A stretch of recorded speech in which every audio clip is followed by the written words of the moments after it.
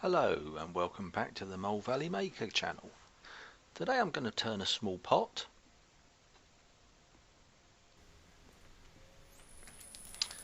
This is going to be turned out of a piece of wood that I picked up from a neighbour. Not exactly sure what the timber is. Based on the smell, I think it might be chestnut, but I'm not really certain. It's a very pretty bit of wood. Unfortunately, whilst I had quite high hopes when I started this I might make a goblet, the cracks went in quite deeply, so you'll see that as we go along. So I'm just getting it into round, getting all the bark off, using the Record Power. I think it's a 3/4 inch spindle roughing gouge.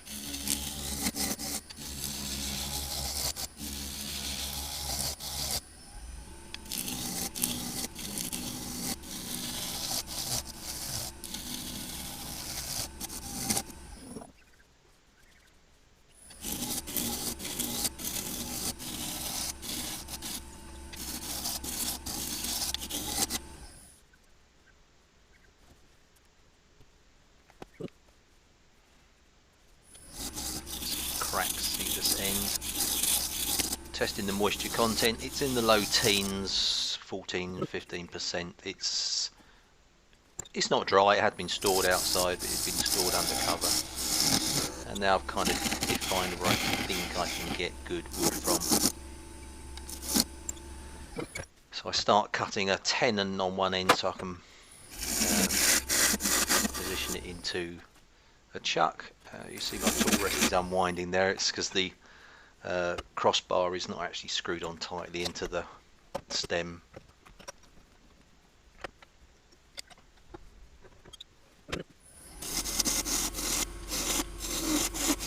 It's fixed into a chuck.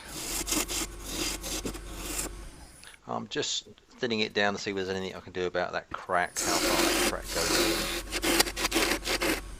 It does pretty much go all the way to that pencil line. I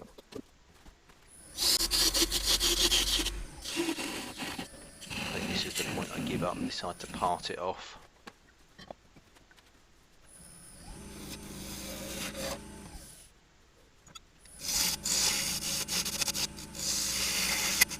Just quickly cleaning up the edge.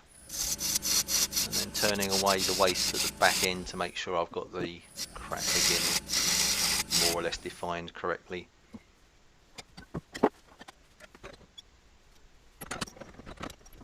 You see where the crack is there. That gives me enough space, and that's when I decide I'm going to make a small pot. So clean the face up.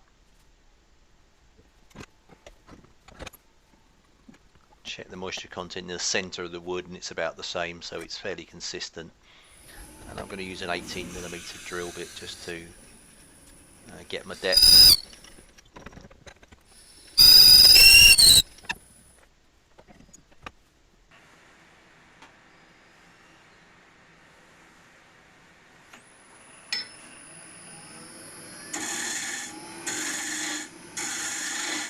I used to force a bit as well, but unfortunately I had my head in the way of the camera, which I do for most of this section as well, so it's only a short bit of hollowing.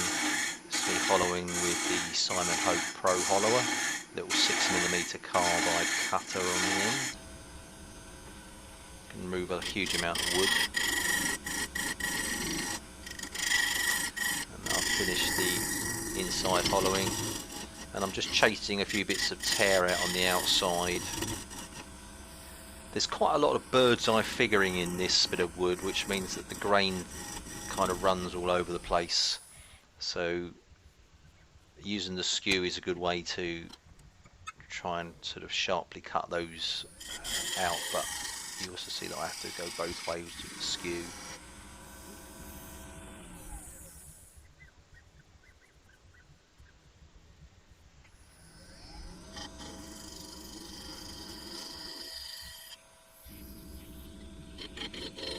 Going back the other way just to try and clean up a bit of tear out in the middle.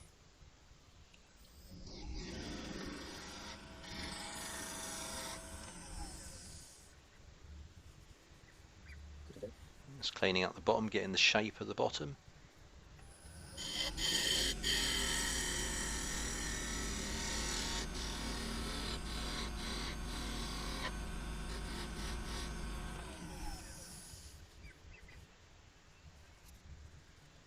A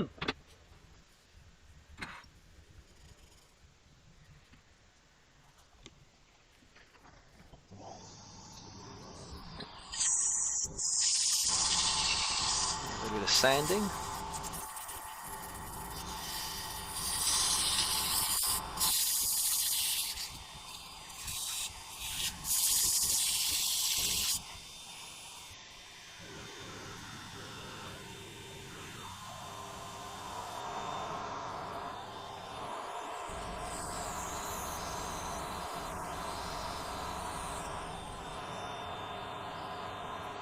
Just using a 50mm sanding pad on the end of a sanding mushroom to get the bottom nice and smooth, and I do go back in a moment with a small box style scraper just to clean up a little bit around the bottom edge on the inside.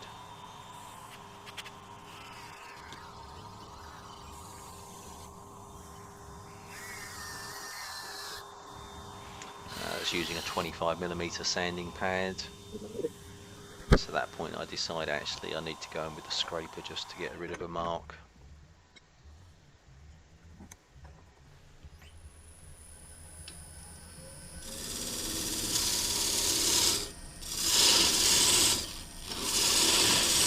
And now I'm getting ready to finish the bottom shape, give myself some clearance.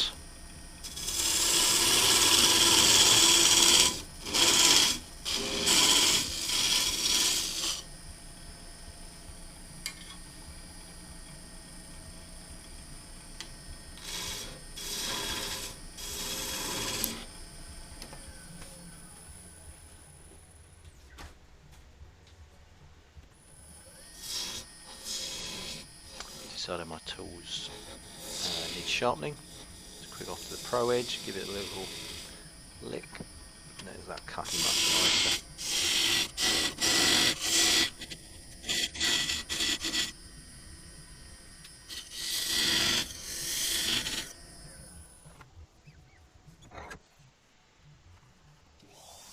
Just got the parting tool very slightly angled for those last two cuts just to give it a little bit of a concave bottom so it sits nicely. Trying to sand up here, and then I realise I haven't given myself enough clearance, so I'll go back in, just remove some of that waste just so it doesn't cut my fingers as I'm sanding.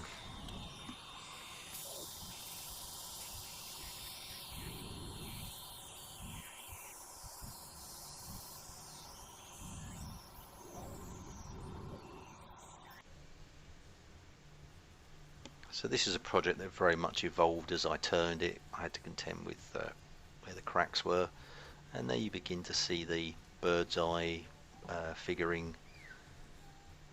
Just putting some cellulose sanding sealer on.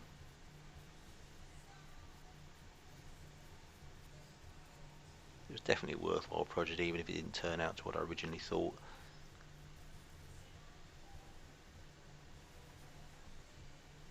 You can see on the waste block there's quite a deep crack.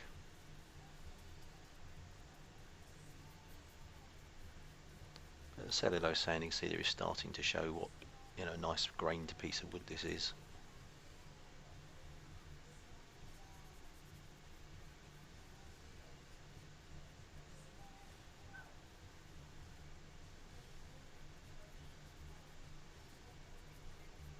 I do probably about 1.5 coats of sanding sealer on the inside and outside. I say 1.5 because it's kind of do one coat, and then there's the first coat has started to dry in place, I go over and hit it with another coat, so I don't really let it dry in between.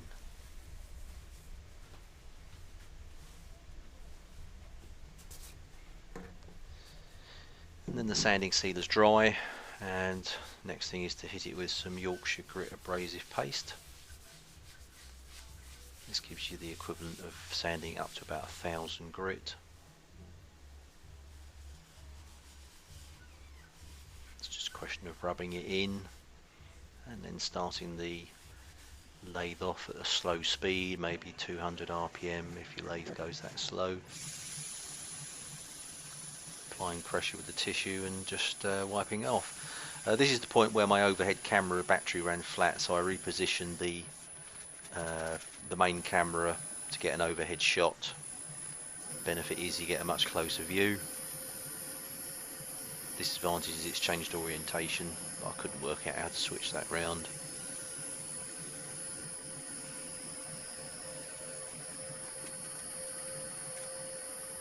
And then it's just a question of buffing the Yorkshire grit off using a clean bit of tissue until nothing comes off onto the tissue.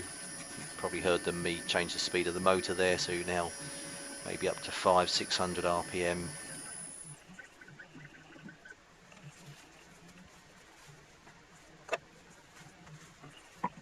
And you can see it's really lovely, that piece there. I think it's a really beautiful bit of grain. I'm just going to put a little bit of Hampshire Sheen high gloss wax on it.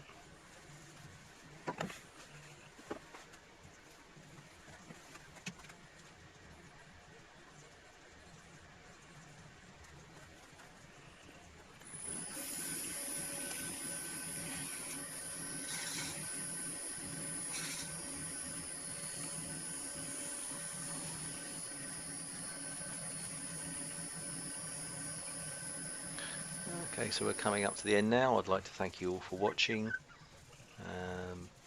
I part it off and then hold it up to the camera at the end. If you've got this far and enjoy it, maybe you'll consider subscribing. I'm trying to put a video out every couple of weeks. Can't really manage to do one every week at the moment, but hope you enjoy it. If you do, please give me a thumbs up, subscribe, and if you like it, share it. So thanks very much for watching. I'll leave you with the last few moments of the footage, and thanks very much.